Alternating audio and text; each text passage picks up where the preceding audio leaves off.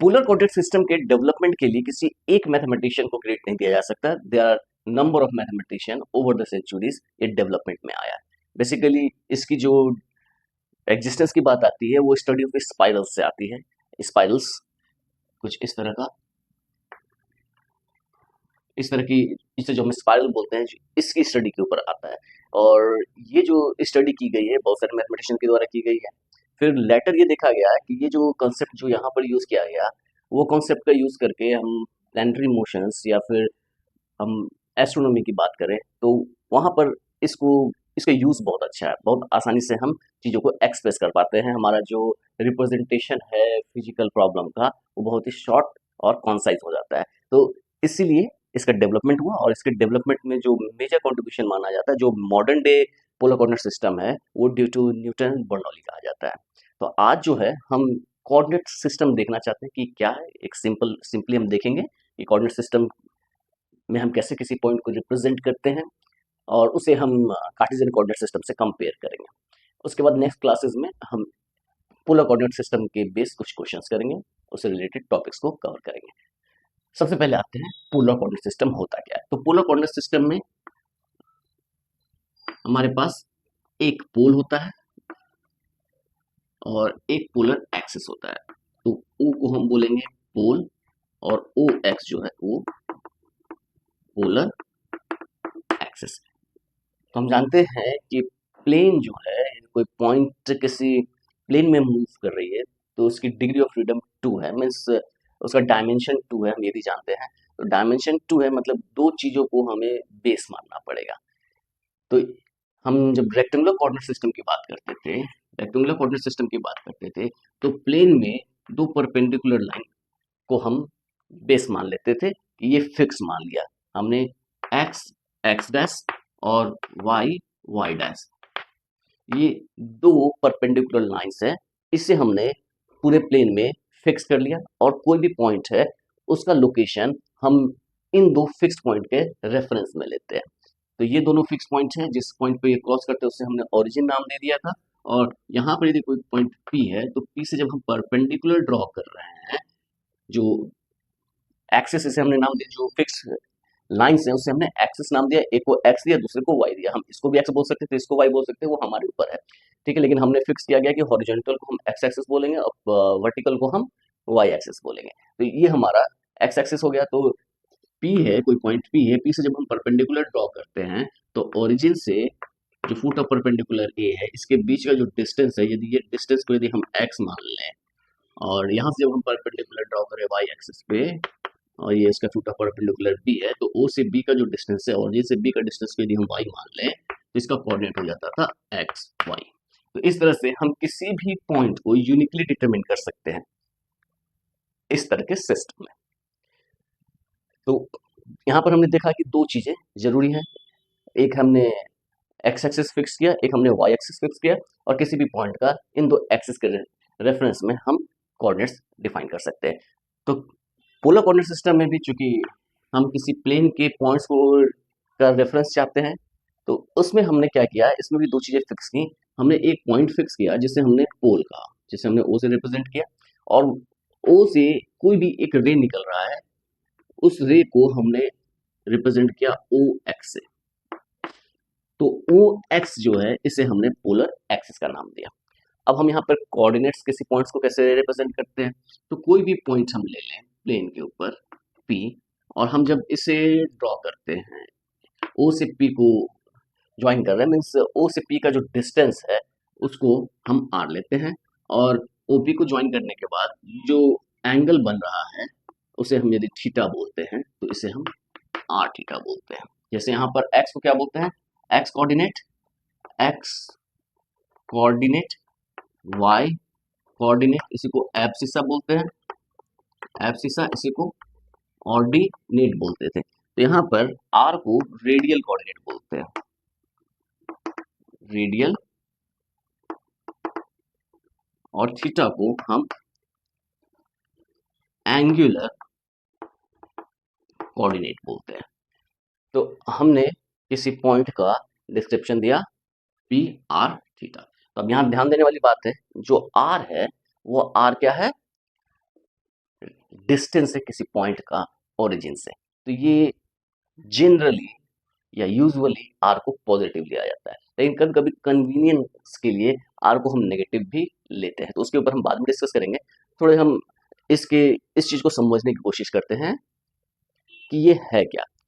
तो हमने ये जो पॉइंट लिया, कोई पॉइंट पी है, तो इस पॉइंट पे यदि हम इसे फिर एक चक्कर काट के इधर से वापस इधर आ जाए, तो क्या होगा, ये डिस्टेंस तो आर ही रहेगा, लेकिन R plus theta plus 2 pi N pi की बात करें, एक बार घूमे तो एक चक्कर 2 पाई के इक्वल हुआ, तो 2 चक्कर 4 पाई के इक्वल, यानी कि 2 n पाई हो जाएगा। यदि हम उल्टा घूम जाए तो ये क्या हो गया है, ये पूरा हम इसको लिख सकते हैं थीटा माइनस 2 n पाई। तो 2 n पाई में से थीटा माइनस 2 n पाई करेंगे, तो इस पॉइंट पे पहुंचने के लिए या हम इसको n बिलोंग्स टू जेड करते हैं, यदि n belongs to Z, then r theta is same as r theta plus 2 n pi, यानी कि ये जो दोनों हैं वो सेम पॉइंट पी का कोऑर्डिनेट है, सेम पॉइंट पी का कोऑर्डिनेट है। तो ये जो कोऑर्डिनेट सिस्टम है, इसमें एक खास बात नजर आ रही है कि यहाँ पर किसी पॉइंट का रिप्रेजेंटेशन यूनिक नहीं है, there are infinitely many representation of a point. यहाँ पर किसी पॉइंट का रिप्रेजेंटेशन सिर्फ और सिर्फ एक है, उससे ज्यादा नहीं है, लेकिन यहाँ पर किसी पॉइंट का रिप्रेजेंटेशन एक से ज्यादा है। अब कन्वीनियंस के लिए हमने आर को नेगेटिव भी लिया, लेकिन आर नेगेटिव यूजुअली लिया नहीं जाता। यदि आर हम नेगेटिव लेते हैं तो यदि हमारा ये कोऑर्डिनेट सिस्टम है और ये कोई एंगल है, ये कोई पॉइंट है पी आर थीटा, ये डिस्टेंस आर है और ये एंगल क्या है, थीटा है, तो हम ये क्या काम करते हैं कि थीटा में पाई ऐड कर देते हैं। तो थीटा में पाई ऐड करेंगे तो ये पाई ऐसे घूम गया, तो ये एंगल ये पीछे आ गया और यहाँ पर थीटा प्लस पाई हो गया। अब हम जब माइनस आर थीटा कहें, minus r theta plus pi कहें, तो मतलब थीटा प्लस पाई का ऑपोजिट डायरेक्शन में आर यूनिट, तो ये इसको हम यदि हम इस तरह से करें तो हमारा इस पॉइंट का एक रिप्रेजेंटेशन पी का आर थीटा प्लस पाई भी हो जाएगा, आर थीटा प्लस पाई भी हो जाएगा। तो एक कन्वीनियंस के लिए यूज किया जाता है minus r theta plus pi भी हो जाएगा। तो कन्वीनियंस के लिए हम ये भी यूज करेंगे कि पी का रिप्रेजेंटेशन कोई पॉइंट पी है, P r theta is equal to P r theta plus 2 n pi n belongs to Z and is equal to P. अब हम इसको माइनस आर कर दें, माइनस आर और थीटा प्लस पाई ये कर दे, या फिर P minus r theta plus pi जो है इसमें 2 n पाई हम ऐड कर दे तो भी सेम रिजल्ट आएगा, यानी कि पी माइनस आर ये हो जाएगा थीटा प्लस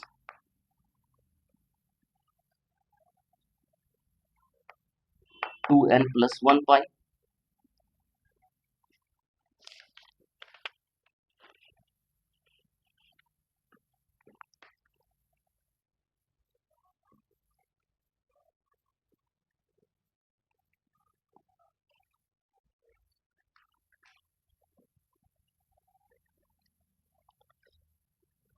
तो हम क्या कंक्लूड कर सकते हैं, हम कंक्लूड करेंगे एक सिंपल सा रिजल्ट। वो सिंपल सा रिजल्ट क्या कहता है कि if r theta be the coordinate of a point P, then r theta plus 2 n pi and minus r theta plus pi plus 2 n pi are also coordinate of the same point P। ये ध्यान में रखना है। तो एक बहुत ही simple सा result है ये। तो हम एक पॉइंट का एक से ज्यादा रिप्रेजेंटेशन दे सकते हैं। अब आता है कि हम पोलर कोऑर्डिनेट और कार्टेशियन कोऑर्डिनेट में रिलेशन देखना चाहते हैं। तो हम कैसे देखना चाहते हैं, तो हम क्या करना चाहते हैं कि हम जो है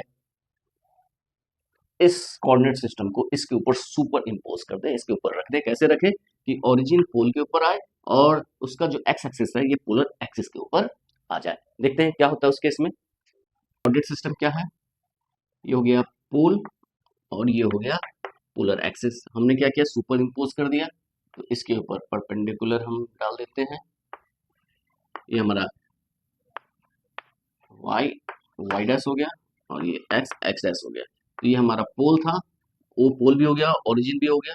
अब ये कोई पॉइंट पी है, तो ये डिस्टेंस आर हो गया, ये डिस्टेंस थीटा हो गया, तो पी आर थीटा हो गया। अब यहाँ से जब हम परपेंडिकुलर ड्रॉ करेंगे तो दिस इज, यदि पी का कोऑर्डिनेट एक्स वाई है तो this is x, this is y. तो हम आर थीटा और एक्स वाई में हम रिलेशन ऑब्टेन करना चाहते हैं। तो बहुत ही सिंपल सा है। यहाँ से आर स्क्वायर की वैल्यू क्या हो जाएगी, आर स्क्वायर, ये पाइथागोरस थ्योरम से r square is equal to x square plus y square, यानी कि r is equal to under root x square plus y square. और थीटा जो है वो क्या होगा, tan inverse y upon x. Tan theta क्या होगा, tan theta y upon x, यानी कि theta is equal to tan inverse y upon x. ये बहुत ही सिंपल सा रिजल्ट है। अब यहाँ पर जब हम आ गए हैं तो अब हमें ध्यान में देना है कि किस कोऑर्डिनेट कहाँ पर पॉइंट है, उसके अकॉर्डिंगली थीटा की वैल्यू चेंज हो जाएगी। अब जैसे यहाँ पर है, यहाँ थीटा जो है वाई अपॉन एक्स होगी, यहाँ पर जब थीटा होगी तब हम थीटा क्या लेंगे, तो यहाँ पर हमारे पास जो है ये है पी जो है, तो यहाँ पर ये हो जाएगा x, this is y, negative ये पॉजिटिव में है लेकिन ये नेगेटिव में, माइनस एक्स वाई हो जाएगा। और यह जो थीटा है यहाँ पर ये थीटा लें तो यहाँ पर जो है टेन इनवर्स ये क्या हो जाएगा, minus y upon minus x हो जाएगा। तो हमें एंगल क्या चाहिए, ये एंगल चाहिए। तो इस चीज़ों के लिए हम कैसे थीटा निकालेंगे वो भी हम देखते हैं। अब हम आते हैं कि हमने क्या किया, प्लेन को चार क्वाड्रेंट में डिवाइड कर दिया, first quadrant, second quadrant, third quadrant and fourth quadrant. हमारा ये कोई पॉइंट है पी और यहाँ से हमारा रिलेशन हो गया आर थीटा, ये हो गया थीटा। अब हमारे पास फर्स्ट क्वाड्रेंट है, सेकंड क्वाड्रेंट है, थर्ड क्वाड्रेंट है एंड फोर्थ क्वाड्रेंट है। अब जो है हमारे पास यहाँ पर थीटा है, अब यहाँ पर जो है इसी एंगल को हम अल्फा ही मान लेते हैं।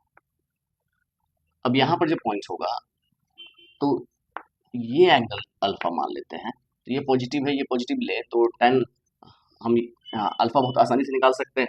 तो हमने क्या लिखा कि alpha is equal to tan inverse y upon x. हमें साइन से कोई मतलब नहीं है, यहाँ जो भी है पी एक्स वाई, यहाँ पर पी एक्स वाई चाहे यहाँ पर हो, सपोज कीजिए ये पॉइंट है पी एक्स वाई, तो ये एंगल को हम यहाँ पर अल्फा ले रहे हैं और यहाँ पर कोई पॉइंट ले लेते हैं पी एक्स वाई, ये एंगल हम अल्फा ले रहे हैं। हम फर्स्ट क्वाड्रेंट में है तो theta is equal to alpha हो जाएगा।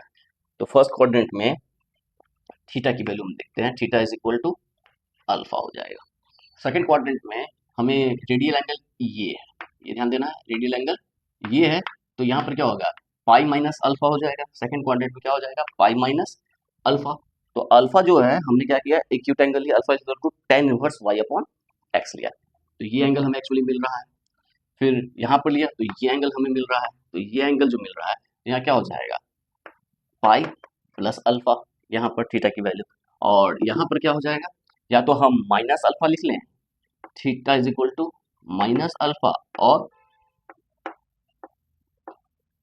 2 pi minus alpha, exact same है।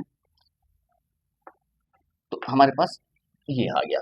क्वेश्चन तो बहुत सारे कर सकते हैं, हम सिंपल क्वेश्चन करते हैं, एक लेते हैं उसी से आइडिया लग जाएगा कि हमने एक पॉइंट लिया माइनस टू रूट थ्री, तो माइनस टू रूट थ्री मतलब एक्स और वाई दोनों नेगेटिव है, तो ये पॉइंट जो है वो थर्ड क्वाड्रेंट में आएगा। तो थर्ड क्वाड्रेंट में जो भी पॉइंट आया माइनस टू रूट थ्री, हमें इसका पोलर कोऑर्डिनेट आर थीटा चाहिए। तो आर तो बहुत आसानी से निकलेगा, आर क्या हो गया, अंडर रूट, यहाँ पर एक्स की वैल्यू होगी माइनस टू, वाई की वैल्यू होगी माइनस टू रूट थ्री, तो आर होगा x square plus y square, यानी कि अंडर रूट फोर प्लस 12 यानी कि 16, यानी कि आर की वैल्यू हो गई 4। अब थीटा क्या होगा, तो थीटा कोऑर्डिनेट किस क्वाड्रेंट में है, तो थर्ड क्वाड्रेंट में अल्फा की वैल्यू क्या हो जाएगी, tan inverse y upon x। Mod तो हम अल्फा की वैल्यू लिखते हैं tan inverse mod y upon x। This is tan inverse y क्या है, -2√3 अपॉन 2, यानी कि tan इनवर्स √3। और tan इनवर्स √3 क्या होता है ये हमें पता है, tan इनवर्स √3 की वैल्यू क्या होती है, तो ये हमें पता है, ये हो जाएगी पाई बाई 3। तो हमारे पास अल्फा निकल गया पाई बाई 3। तो हमें निकालना है पोलर कोऑर्डिनेट थीटा, तो थीटा की वैल्यू क्या हो जाएगी, थीटा जो है थर्ड क्वाड्रेंट में पाई प्लस अल्फा हो जाएगा। This is pi plus alpha means pi plus pi upon 3, यानी कि 4 पाई अपॉन 3। तो ये हमारा कोऑर्डिनेट हो गया। तो हमने कहा कि यूनिक रिप्रेजेंटेशन हो गया हमारा कोऑर्डिनेट पी क्या हो जाएगा, पी आर थीटा की वैल्यू क्या हो जाएगी, पी आर की वैल्यू हो गई 4 और थीटा की वैल्यू होगी 4 पाई अपॉन 3। तो हमने कहा था कि ये यूनिक रिप्रेजेंटेशन नहीं है, तो इसका और क्या क्या रिप्रेजेंटेशन होगा, और हम जानते हैं ये पी आर थीटा की value P r theta plus 2n pi होता है, और क्या होता है and P r theta is equal to P minus r theta plus pi and plus 2n pi.